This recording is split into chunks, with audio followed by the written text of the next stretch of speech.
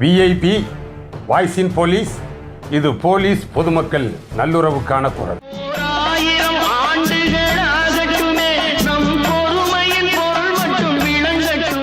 அனைவருக்கும் வாய்ஸ் இன் போலீஸ் உங்கள் விஐபியின் வணக்கங்கள். அப்புறம் மிகப்பெரிய ஒரு பாராளுமன்ற தேர்தல் 39+1 தமிழகத்தில் 40 தொகுதிகளுக்கு முடிஞ்சிருச்சு. இப்போ இதில் 72.09% வாக்குப்பதிவு. மாட்ரேட்டாக ஓரளவுக்கு நல்ல வாக்குப்பதிவு தான். வெயில் சீசன் அதிகமாக இருந்ததுனால சென்னையெலாம் ரொம்ப குறைவாகி போச்சு. ஏன்னா இந்த ஜனநாயக கடமையை ஆற்றுவதற்கு எவ்வளவோ முன்னெடுத்தும் கூட இன்னும் எனக்கு நான் இருக்காங்க இந்த ஒரு படித்த மேல்தட்டு வர்க்கம் அதெல்லாம். ஏன்னா அப்படியே கொஞ்சம் ஒரு 100% வாக்குப்பதிவுக்கு எலெக்ஷன் கமிஷன் எவ்வளவோ என்ஷூர் பண்ணுது. பார்ப்போம். இப்போ இந்த 72.09% வாக்குப்பதிவு 39 தொகுதிகளில் தமிழகம் முழுவதும் மிக அமைதியாக சிறப்பாக நடைபெற்றிருக்கு. எந்த விதமான அசம்பாவிதம் கிடையாது. காவல்துறையினுடைய பங்களிப்பு தவிர்க்க முடியாது, போற்றுதலுக்குரியது, பாராட்டுதலுக்குரியது. இது தெரியும். காவல்துறையை விமர்சிக்கக்கூடியவர்கள் கூட இது விஷயத்தில் யாரும் எதுவும் சொல்ல மாட்டாங்க. அந்த அளவுக்கு மிக அற்புதமான பாதுகாப்பு, சிறப்பான பாதுகாப்பு. அப்புறம் இந்த பதிவு கொஞ்சம் ஒரு வேதனையான பதிவு. அதாவது ஒரு மனம் கசந்த பதிவு. அதாவது போலீஸ் டிபார்ட்மெண்ட்டில் ஒரு 39 வருஷம் சர்வீஸ் முடித்து எஸ்ஏயாக இருந்து ரிட்டையர்ட் ஆன நபர் செல்வம். அவர் திருவாரூர் மாவட்டம்னு நினைக்கிறேன். தற்போது வலங்கை மாநில குடியிருந்து வர்றாரு. திருவாரூர் மாவட்டம் எஸ்ஏஆர் இருக்கிறாரு. இந்த மாவட்டத்தில் 2/4/2024 அந்த ஓய்வு பெற்ற காவலர் நலச்சங்கம் அவங்க ஒரு கூட்டம் போட்டிருக்கும் பொழுது அப்போ அந்த கூட்டத்துக்கு மன்னார்குடி சப்டிவிஷன் டிஎஸ்பி போயிருக்கிறாரு. அப்போ இந்த நோட்டிஃபிகேஷன்லாம் கலெக்ட் பண்ணிக்கிட்டு இருக்காங்கல்ல, எவ்வளோ ஸ்ட்ரென்த்து மொபிலைஸ் பண்ணிக்கிட்டு இருக்கக்கூடிய நேரம் தானே. யாருன்னு அந்த எக்ஸ் சர்வீஸ் மேன்லாம் கம்ப்ளீட்டாக அவங்க வரலைனாலும் எப்படியாச்சும் கெஞ்சி கெதறி கூட்டிகிட்டு வந்துருங்கன்னுக்கிட்டு இருக்காங்க. அந்த நேரம் எவ்வளோன்னு சொல்லி இவங்க கணக்கு பண்ணணும். அப்போ அவர் போய் சொல்லியிருக்கிறாரு, நீங்கள் இங்கே வந்துடுங்க, நமக்கு எலெக்ஷன் டியூட்டி பாருங்கள் அப்படின்னு சொல்லி. சரின்னு சொல்லி ஒரு 50-60 பேர் அது தொடர்பாக அவர்கிட்ட கொடுத்துருக்காங்க. அது டோட்டலாக டிஸ்ட்ரிக்ட் எலெக்ஷன் கண்ட்ரோல் ரூமுக்கு போயிடும். அவங்க தானே டோட்டல் ஸ்ட்ரென்த்து மொபிலைஸ் பண்ணுறது. அதனால் அங்கே அதுபடி அனுப்பியிருக்காங்க. அப்படின்னும்போது அந்த தேவைக்கு தகுந்த மாதிரி பிரிப்பாங்கல்ல. அப்படி பிரிக்கையில் நன்னிலம் சப்டிவிஷனுக்கு இவங்களையெல்லாம் கொடுத்துருக்காங்க. இவங்க கொடுத்தது அந்த 2ஆம் தேதி 3ஆம் தேதி என்னமோ இவங்களுடைய டீட்டெயில்ஸ் டாக்குமெண்ட்ஸ் கொடுத்துருக்காங்க. 3ஆம் தேதியே அந்த நன்னிலம் சப்டிவிஷனுக்கு ஒதுக்கியிருக்காங்க. அதுக்கு பிறகு அந்த நன்னிலம் சப்டிவிஷன் டிஎஸ்பி ஆஃபீஸில் இருந்தும் அந்த திருவாரூர் டிஸ்ட்ரிக்ட் எலெக்ஷன் கண்ட்ரோல் ரூமில் இருந்தும் அவங்களுக்கு 16ஆம் தேதி ஒரு கால் வந்திருக்கு. நீங்கள் எல்லாம் நாளைக்கு காலையில் 17ஆம் தேதிக்கு டிஸ்ட்ரிக்ட் ஏஆர் கிரவுண்டுக்கு வந்துடுங்க அப்படின்ற மாதிரி ஒரு கால் வந்திருக்கு. இவங்க எல்லாம் அந்த 50-60 பேர் அது மாதிரி காலையில் 8 மணிக்கெலாம் வர சொல்லிடுவாங்க. இல்லை நம்மளால் 8 மணி 7 மணி 5 மணி அதெல்லாம் சர்வசாதாரணம் தானே. அது மாதிரி அங்கே போயிருக்காங்க. அப்புறம் டியூட்டி எல்லாம் ப்ராப்பர் அலோகேஷன் எல்லாம் ஆகிருக்கு. டியூட்டி இவர் சொல்கிறதன்படி.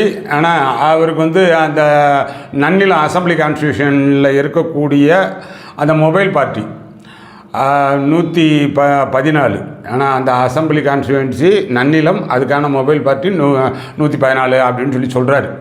அதில் மொபைல் பார்ட்டி ஏற்றி அந்தந்த பூத்தில் போய் இறக்கி விடுவாங்கல்ல, அது மாதிரி எனக்கு சளிப்பேரி ஏவி பூத்துன்னு ஒன்று அலாட் பண்ணி இருந்தாங்க அப்படின்னு. அப்புறம் அதுக்கு பிறகு ஏதோ போட்டுக்கிட்டு இருக்கும்போதே ஒரு 4:30 மணிக்கு அங்கே அந்த எஸ்பி, ஏடிஎஸ்பி, அந்த டிஸ்ட்ரிக்ட் எலெக்ஷன் கண்ட்ரோல் டிஎஸ்பி இவங்க 3 பேர் இருக்கிறதுல இந்த இவருடைய மொபைல் பார்ட்டி எஸ்ஏ கூப்பிட்ருக்காங்களா, உங்கள்கிட்ட நான் போலீஸ் வேறு யார் இருக்கிறாங்களா அப்படின்னு.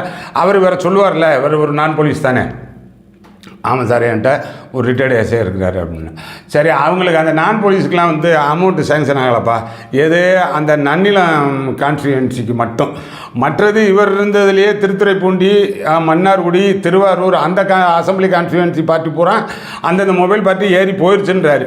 நன்னிலம் கான்ஸ்டியூன்சிக்கு எங்களுக்கு அந்த நான் போலீஸுக்கான காசு அமௌண்ட் வரலை, அதனால் அவரை போக சொல்லுங்க அப்படின்னு. திரும்பி கூட பார்த்துக்க மாட்டாங்க. யார்கிட்ட மொபைல் பார்ட்டி எஸ்ஐகிட்ட சொல்லி, யார் அந்த கண்ட்ரோல் ரூம் எஸ்ஐ சொல்லியிருப்பார், அந்த எஸ்பி அங்கே தான் உட்காந்துருப்பார், ஏடிஎஸ்பி இருப்பார், திரும்பி கூட பார்த்துருக்க மாட்டாங்க. அந்த பார்ட்டிலாம் போக சொல்லிடுங்கப்பா, அந்த நன்னிலம் கான்ஸ்டியூன்சிக்கு இருக்கக்கூடிய நான் போலீஸு ரிட்டையர்டு போலீஸ் ஆஃபீஸர் வந்திருக்கிறதெல்லாம் போக சொல்லிடு. அவ்வளோதான் சிம்பிளாக சொல்லியிருப்பாங்க. ஏன்னா எப்படி இருந்திருக்கும் பாருங்கள். இவர் சொல்கிறார், ஏன்னா அந்த நேரத்தில் அந்த எனக்கு ஏற்பட்ட மன உளைச்சலை நான் உங்களுக்கு சொல்லி தெரிய வேண்டியது இல்லைன்றார். நீ சொன்னாலே தெரியாது அவங்களுக்கு, நீ சொல்கிறே இல்லை, அந்தளவுக்கு தெரிஞ்சுக்க போகிறாங்க. இப்போ இவ்வளோ பெரிய பதிவு போட்டிருக்கீங்க, அப்படியே அவங்களுக்கு அப்படியே மனசு அப்படியே ஆடி போயிருமா, பதறி போயிருமா? அடடாடா, இந்த மாதிரி நடந்துட்டோமே. ஒரு 60 வயதை தாண்டி ரிட்டையர்ட் ஆன ஆளுகிட்ட போய் இப்படி கொஞ்சம் கூட மனிதாபிமானம் இல்லாமல் நடந்துக்கிட்டோமே. காசு சேங்ஷன் ஆகலைன்னா ஆகிட்டு போகுது. இப்போ என்ன உங்களுக்கு என்ன அமௌண்ட் வரலைன்னா எங்களுக்கு சேங்ஷன் ஆகலை அப்படின்னு சொல்லி சொன்னோம்னா ஒரு ஹானர் பண்ணணும்ல. அப்போ பணமாக பிரதான ஒரு மனிதாபிமானம் வேணால். குறைந்தபட்சம் எஸ்பி லெவலுக்கு இருக்கீங்க, என்னென்ன வேலை பார்க்குற, எஸ்பி லெவலுக்கு இருக்க, ஏடிஎஸ்பி கூட இருக்க, அந்த கண்ட்ரோல் ரூம் டிஎஸ்பி இருக்கேன். எப்போ வந்தியா? இல்லை நீ உனக்கு பணம் வரல, போயிட்டு வா. அடங்கப்பா, இவங்ககிட்ட வந்து என் மாடு மேய்க்க வந்தாங்களா போலீஸு? அது எப்படி ஆளுகிட்ட போய் சேர்ந்துருக்கான் பாருங்க. இதில் இவர் மட்டும் இல்லை, ஒரு 50-60 போலீஸ் இந்த கெதி தான். ஆனால் எஸ்பி வந்து அவர் அதோட அப்புறம் மறுபடியும் என்ன போலீஸ் என்ன இவங்களுக்கு தெரியாதா, என்ன போலீஸ் தகராறு பண்ணிடுமா, என்ன இது பண்ணிடுமா அப்படின்னு சொல்லி நம்ம இந்த பதிவு அப்படியே நான் சைடில் போட்டிருக்கேன். ஆனால் வாட்சா லேட் ஆகும் அப்படின்னு சொல்லி இவருடைய போட்ட கண்டென்ட் இவரே சொல்கிறார். ஏன்னா இதை வந்து எல்லாருக்கும் பரவட்டுங்க, எல்லாருக்கும் பகிருங்க அப்படின்னு சொல்லி. இப்போ நம்ம சொல்கிறது இதை பகிர்ந்துக்கிறது மூலமாக உண்மையிலே அந்த திருவாரூர் மாவட்ட எஸ்பி அந்த 50-60 பேரை யாரை எல்லாத்தையும் கலெக்ட் பண்ணி பகிரங்கமாக மன்னிப்பு கேட்கணும். அந்த உணர்வை மதிக்கணும்யா. முதல்ல மனித உணர்வை மதிங்க. நீ காசு கொடுக்காம போ, அந்த எஸ்ஆர் அமௌண்ட் ஆட்டையை போட்டு தொலைங்க, என்னத்தையும் தின்னு தொலைங்க. அதெல்லாம் இங்கே மேட்ரு கிடையாது. உங்களுக்கு வராத காசா, ஏன்னா எல்லாத்தையும் தின்னு தொலைங்க. ஒரு மனிதனை நினைக்கணும்.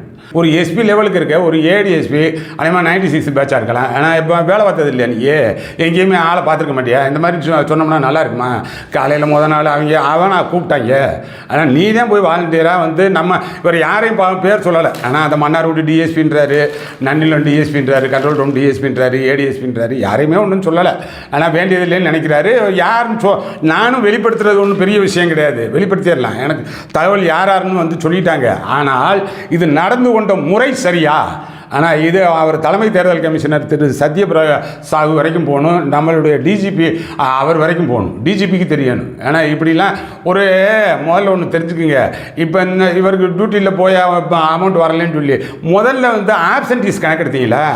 எக்ஸ் சர்வீஸ் மேன் எவ்வளவு, ஆனால் வந்திருக்கிறதுல அந்த இதுக்கு இப்போ வந்து டியூட்டிக்கு போட்டிருப்பாங்க நம்மளுடைய ஹோம் கார்டு, அதில் வந்து எல்லாம் வந்து ப்ரெசண்ட்டாக. இப்போ இவர் வந்து டியூட்டி எனக்கு மாற்றி போட்டாங்க, நன்னிலம் கான்ஸ்டியூவன்சியிலேருந்து அப்படியே வந்து மன்னார்குடி அசம்பிளி கான்ஸ்டியூவன்சி போடுங்க அப்படின்ட்டாங்கன்னா இதெல்லாம் அவருக்கு தெரியும். இப்படி டியூட்டிலாம் மாறும், அங்கே ஆள் வந்துருச்சு நீங்கள் மாறி போங்க அப்படின்னா அதெல்லாம் மாறி போவாங்க.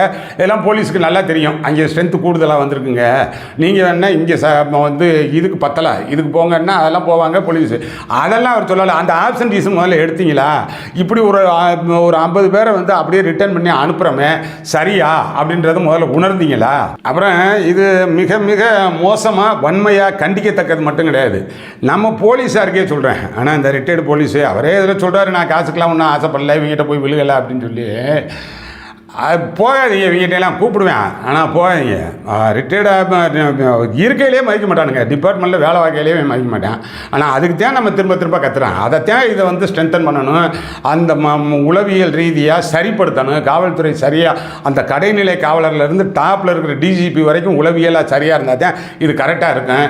மாற்றம் என்பது எல்லோருக்குள்ளிருந்தும் வர வேண்டியது தான். சும்மா போலீஸை போட்டுக்கிட்டே இன்முகமாக பழகுங்க யார்கிட்ட வந்திருக்கக்கூடிய பப்ளிக்கிட்ட. நீ எப்படி இருப்பேன்? நீ திரும்பி கூட பார்க்க மாட்டேன். அவன் வந்து வந்திருக்கிற ஆளை திரும்பி உனக்கு மனுஷனாக கூட தெரியாது. நீ எஸ்பினா வந்து ரிட்டையர்டான போலீஸ் ஆஃபீஸர் யாருன்னு கூட பார்க்க மாட்டேன். நீ அவங்கள போக சொல்லுப்பா, என்ன இங்கே கூட்டம் இவ்வளோதான் கேட்பியாக்க, ஏன் அதுதான் பணம் வரலன்னு சொல்லியாச்சே, போக சொல்ல வேண்டியதானே, இவ்வளோ தான் அவர் சொல்லுவார். அதுவும் வந்து நேரடியாக அவங்ககிட்ட சொல்ல மாட்டார், அந்த டிஎஸ்பி கண்ட்ரோல் ரூம் டிஎஸ்பி அவர்கிட்டத்தையும் சொல்லி அனுப்புவார். இதைத்தான் சொல்கிறான், மாற்றம்ன்றது எல்லா நிலையிலும் ஏற்பட்டால் தாண்டா நல்ல மாற்றம் கிடைக்கும். சும்மா கீழே இருக்கிறவனை மாறுன்னு சொல்லி நீ வந்து அப்படியே வந்து இரும்பு இதயம் பிடித்தவர்களாக உட்காந்துருந்தீங்கன்னா எப்படி மாற்றம் வரும்? அதுதான் தவிர நம்ம போலீஸ் போகாதீங்க. நீ வந்து இப்போ ரிட்டையர்டு போலீஸ் ஆஃபீஸர் நல்லா திடத்திரமாக தான் நல்லா வாக்கிங் போய் நல்லா தான் இருக்கீங்க. ஏன்னா இவன்ட்ட போய் மறுபடியும் என்ன அந்த காக்கி போட சொல்லுவாங்களோ, சிம்பிள்லாம் நீங்கள் அணிய முடியாது, எஸ்ஐனா ஸ்டார்லாம் வைக்க முடியாது, ஏதோ இப்போ ஒரு காக்கி. ஆனால் அதெல்லாம் போய் அந்த நோட்டிஃபிகேஷன் வந்ததுலேருந்து எப்படி ஆட்களாக இருந்தாலும் ஏதோ ஒரு கட்சி அபிமானம் ஒன்று இருக்கும்ல, நமக்குன்னு ஒரு கொள்கை சார்ந்து நமக்குன்னு ஏதோ ஒன்று உங்களுக்கு பிடிச்ச கட்சி இருக்கும்ல, எதாக இருந்தாலும் சரி அந்த அவங்களோட போங்களே நல்லா மரியாதையாக நடத்துவாங்க. டெய்லி சாப்பாடு இருக்கும், நல்லா நீட்டாக நம்ம யூனிஃபார்ம்லாம் போட வேண்டியதில்லை, வெள்ளை வேட்டி சட்டை கட்டிக்கலாம். ஆனால் காரில் எங்கேனாலும் போவாங்க வருவாங்க, என்னால் 3 நேரம் சாப்பிட்டுக்கலாம். டெய்லி செலவுக்கு 1000 ரூபா கொடுப்பாங்க. 1000 ரூபாலாம் ரொம்ப குறைஞ்சி. அப்புறம் அந்த பூத்து ஏஜென்ட்டு அது இது அப்படின்னு சொல்லிலாம் வருது பாருங்கள், அவங்களுக்கு செலவுக்கு காசு கொடுக்குறது, இதெல்லாம் நம்ம வந்து ஒரு போலீஸ் அதிகாரி அப்படின்ற முறையில் ரொம்ப மரியாதையாக பார்ப்பாங்க. நீங்கள் சும்மா அவங்க அந்த வேட்புமனு தாக்கல்லையே கூட போயிடணும். அப்படி போயிட்டு இருந்தால் நமக்கு என்ன வெளியே வந்துட்டு டிஜிபி லெவலுக்கு வெளியே வந்துட்டு சின்ன ஒரு உறுப்பினர் அட்டையை வாங்கிட்டு காமிச்சிக்கிட்டு நிற்பாங்க, பார்த்தது இல்லையா? டிஜிபி லெவலுக்கு ஒரு ஏதேனும் ஒரு கட்சியில் போய் ஒரு உள்ளங்கை அகலத்துக்கு ஒரு அட்டையை வாங்கிட்டு நான் இந்த கட்சியில் சேர்ந்துட்டேன்னு. ஆனால் அப்படி இருக்கும்போது நம்மளுக்கு என்ன இருக்குது? நம்ம ரேங்குக்கு வெளியே வந்துட்டு ஒரு கட்சியில் பகிரங்கமாக அந்த கரை வெட்டியை கட்டிக்கிட்டே போகலாம். இவன்ட்ட போயிட்டு என்ன எக்ஸ் போலீஸ்னு சொல்லி போகிறது, அதுக்கெல்லாம் போகவே போகாதீங்க. யார் எந்த போலீஸாக இருந்தாலும் சரி, இனிமேல் அவன்கிட்ட போகவே போகாதீங்க. வேணும்னா அவன் போய் வேறு ஏதோ பொம்மை மாதிரி செஞ்சு வச்சு கேட்டு போட்டான். இவன்கிட்ட வேலை பார்த்ததே நம்ம போதுமுங்க.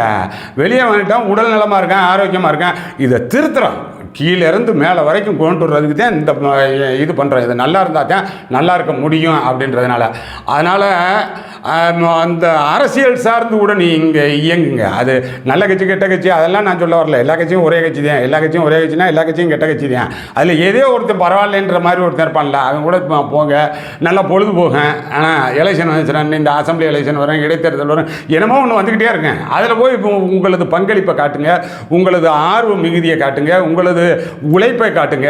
இவனுக்கு போலீஸு காமிச்சிங்கன்னா மரியாதை இருக்காது, அந்த எந்த ஒரு குறைந்தபட்ச மனிதாபிமானம் இருக்காது. மரியாதை கூட அவனுக்கு மனிதாபிமானம்ன்றது ரொம்ப ரொம்ப முக்கியம். ஆனால் மனிதனை மறந்து நீ பண்ணக்கூடிய எந்த சட்டத்திட்டமும் இங்கே வேண்டியதே கிடையாது. ஏன்னா இவனுக்கு என்ன லீகலாக சேங்ஷன் ஆகலைன்னா ஒரு ஹானர் பண்ண தெரியாதா? சரிங்க, வர சொல்லிட்டுருக்காங்க, சாப்பாடு ஒரு 1000 ரூபா கொடுத்து விடுங்க. டியூட்டி வேண்டியது இல்லைங்க, வந்து கொஞ்சம் அமௌண்ட் சேங்ஷன் ஆகலை, எஸ்பி அவருடைய எஸ்ஆர் அமௌண்ட்லேருந்து எதுலேருந்து திங்கிறீங்க இல்லை அதுலேருந்து கொடுத்து விடு. அவன் வந்து ஒரு 1000 ரூபா கொடுத்து அனுப்பிச்சி விட்டாருங்க, போயிட்டு வாங்க, ஒன்றுமே டியூட்டி பார்க்காம. சில போலீஸு ஐயோ இல்லை சார் வேண்டாம் சார் விடுங்க சார் நாங்கள் போயிடுறோம் அப்படின்னு சொல்லி கிளம்புவாங்க. அந்த அப்படி ஆள் இருந்தால் இந்த பதிவெல்லாம் வராது. அதில் இப்போ எனக்கு பார்க்க இந்த மன்னார்குடி டிஎஸ்பி மட்டுமே சொல்லி அன்றைக்கி அந்த ஓய்வு பெற்ற காவலர் கூட்டம் நடந்தப்போ அவர் மட்டுமே அந்த சப்டிவிஷன் டிஎஸ்பி மட்டும் போய் சொல்லி அதன் மூலமாக இவங்க ஏமாந்துட்டு வந்திருந்தா கூட நம்ம இவ்வளோ கோவப்பட மாட்டேன். ஆனால் அவர் என்ன அந்த கலெக்ட் பண்ணி சொல்லுங்கன்னு சொல்லி சொன்னதுக்கு அவர் கலெக்ட் பண்ணியிருப்பார். அப்புறம் வந்து எஸ்பிஐக்கு தகவல் சொல்லியிருப்பார், வந்து டிஸ்ட்ரிக்ட் எலெக்ஷன் கண்ட்ரோல் ரூமுக்கு தகவல் சொல்லியிருப்பார், எஸ்பிகிட்ட பேசியிருப்பார். இப்போ எல்லாம் தானே சேர்ந்து தானே, அதனால தான் அந்த கோபம். அதனால தான் வந்து நம்ம சொல்கிறோமே தவிர வந்து போலீஸை இவ்வளோ தூரம் கொச்சப்படுத்த முடியாது. அவ்வளோ தூரம் கொச்சப்படுத்துறீங்க நீங்கள். அது ஒரு ஓய்வு பெற்ற போலீஸை. இப்போ எனக்கு மட்டும் இல்லைங்க, ஒரு 50-60 பேருக்கு நடந்தது. நல்ல ஒரு இவருக்கு எழுதுகிற செல்வத்துக்கு எழுத்தாற்றல்லாம் இருக்குப்பா. ஒரு கரெக்டாக வந்து எந்த கண்டினியூட்டி விடாமல் கரெக்டாக கொண்டு வர்றாரு பார்த்தீங்களா, நல்ல எழுத்தாற்றல் இருக்குது. செல்வம் நீங்கள் இது உங்களது காவல்துறை அனுபவம் அது இதெல்லாம் வந்து நீங்கள் எழுதுங்க சார், அது கூட பரவாயில்ல, ஒரு பதிவுகளை போடுங்க. ஆனால் மனக்குமுறல்களை கொண்டு வாங்க, எல்லாரும் சேர்ந்து இதை சரிப்படுத்துவான். யார் வெளியே வந்தால் நம்ம மாதிரி ஆட்கள் தான். அதனால் இது ஒரு நல்ல பதிவாக இருந்தது. அதனால் உங்கள் அனைவருக்கும் சொல்லணும் போல இருந்துச்சு. கொஞ்சம் அதிகம் பகிருங்க. அவர் செல்வத்தினுடைய ஆசைப்படி அதிகம் பேருக்கு பகிருங்கள். ஆனால் இன்னும் இந்த நம்ம சேனல் சப்ஸ்கிரைப் பண்ணாமல் இருந்தால் சப்ஸ்கிரைப் பண்ணுங்கள். இது மாதிரியான பதிவுகளுக்கு தான் நம்ம ரொம்ப முக்கியத்துவம் கொடுக்குறோம். அதனால் இது காவல்துறை சரிப்படுத்துவது தான் நம்மளுடைய நோக்கம். காவல்துறை சரியாக இருந்தால்தான் பொதுமக்கள்கிட்ட நம்மளுடைய நல்லுறவு சரியாக இருக்கும். ஏன்னா அதனால் அந்த அடிப்படையில் சொல்லிக்கிட்டு இருக்கேன். அடுத்தடுத்த நல்ல பதிவுகளில் பார்ப்போம். வணக்கம்.